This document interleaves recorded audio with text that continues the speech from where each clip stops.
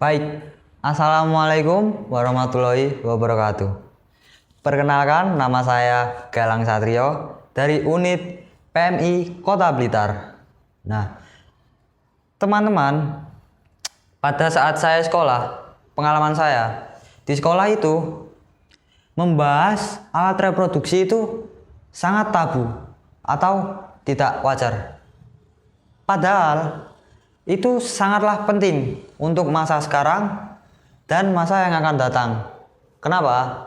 Karena alat reproduksi sendiri adalah alat untuk meregenerasi keturunan kita. Nah, maka dari itu kita wajib menjaga alat reproduksi agar tidak terjangkit penyakit.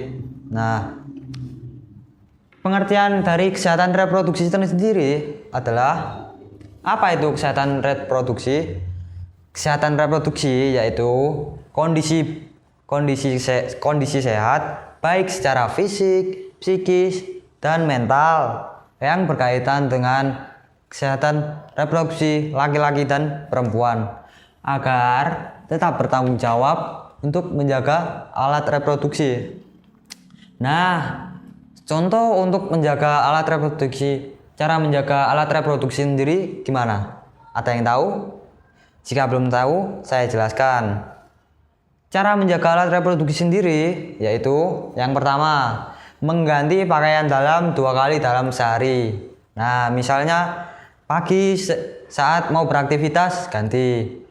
Saat sore setelah aktivitas mandi ganti. Nah, yang kedua, gunakan pakaian dalam yang menyerap keringat. Jangan menggunakan pakaian dalam yang tidak menyerap keringat. Kenapa? Karena keringat jika tidak diserap dalam organ reproduksi akan menyebabkan iritasi atau pertumbuhan bakteri. Bisa jadi seperti jamur. Nah, yang ketiga yaitu selalu gunakan handuk yang bersih, kering, tidak basah dan tidak lembab. Kenapa?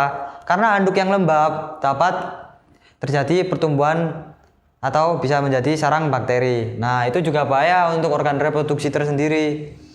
Nah, keempat yaitu menggunakan pakaian yang nyaman, longgar, dan tidak ketat. Nah, contoh yang kelima yaitu bahayanya menggunakan bahayanya kesehatan reproduksi ketika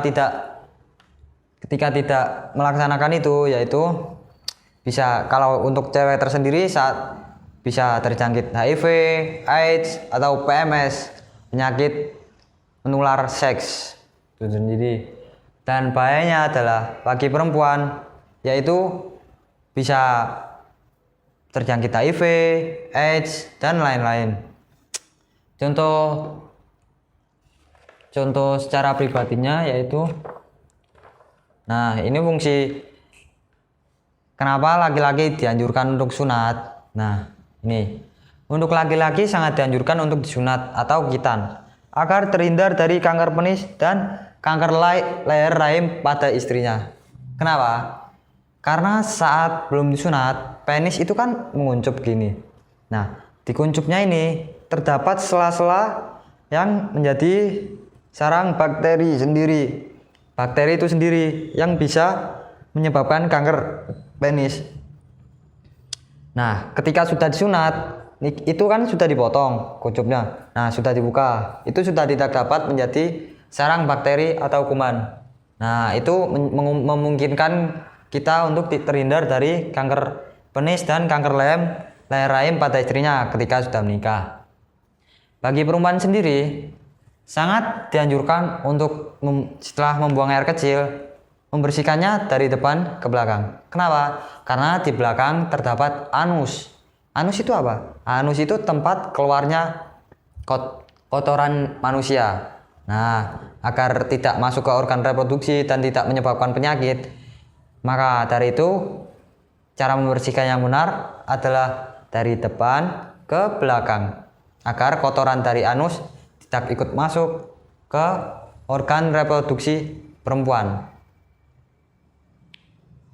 Cukup sekian presentasi dari saya yang tidak sempurna, karena kesempurnaan hanya milik Tuhan.